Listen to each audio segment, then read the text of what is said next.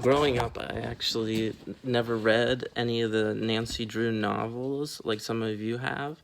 But regardless, I always I knew of them and the series and understood that it was a significant series and important to society in many different ways. Um, they placed a strong, independent female character as the face and focus of a series of novels for kids, which was still considered a bold choice back in the 1930s American society, even up to the 50s. Um, so it I know that that's really important, and I believe that to be true. And it's really cool to me that the series survives and even thrives despite the many different authors behind the books. These original creators established such a clear mission with the series, and people automatically respect the Nancy Drew character inherently because of her character traits such as confidence, intelligence, and being a strong leader. So that's why these books are so important for not just girls but American society and children. But for me personally, for your question, I grew up reading a related series called The Hardy Boys, which is kind of a sister series to the Nancy Drew novels.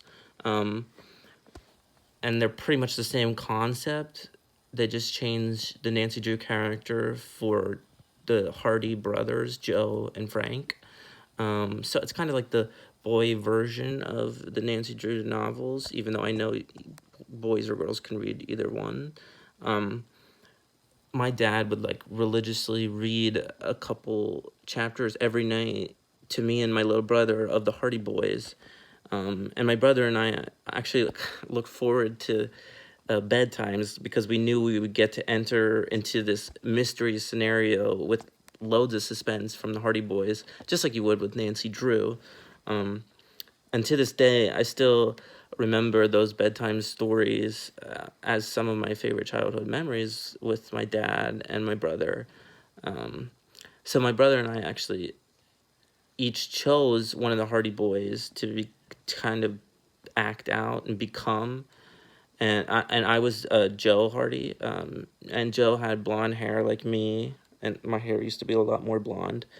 Um, and he was known as more of an athletic character who had a tendency to be, kind of act impulsively.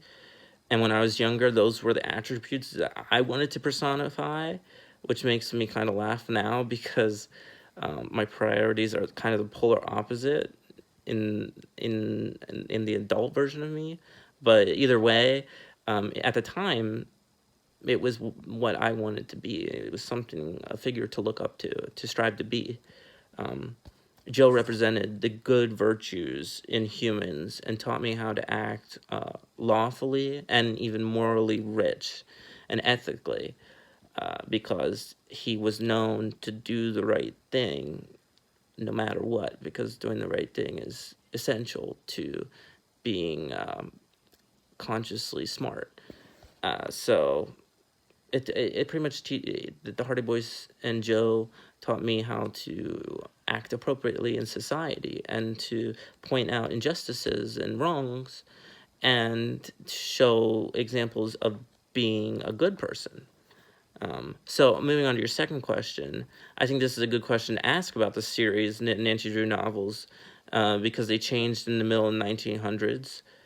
Um, the Hardy Boys actually did a very similar thing, so I'm familiar with the changes.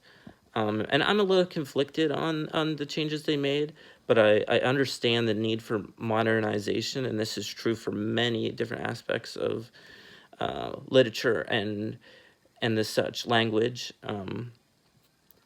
The books became a little simpler to read and clearer in the use of their language with their updates, which I understand. It makes sense. American education and society are always evolving, and so something like a novel series for children needs to keep up with those evolutions. They did a smart thing in being responsive to societal shifts, as I was mentioning, without losing the essence of the purpose of the stories. Um, the Nancy Drew novels still taught kids positive moral attributes after the changes were made. So I think it's fine what they did. Plus, the original novels still exist if you prefer to read those. So it's kind of a win-win. You can pick either one. That really, there's plenty of options either way. Um, but people in life are always resistant to change because of originality biases, meaning that people are attached to the original version of a text automatically, regardless of the merit of new or old version. So I'm not surprised that people might not like the changes in the novels. For me, knowing that bias exists in humans, I can look beyond that, and I think they still fulfilled the purpose of the series, and at the same time updated the vocabulary, making it easier for kids to understand. Um, and having kids being able to easily understand the story should be a top priority, right?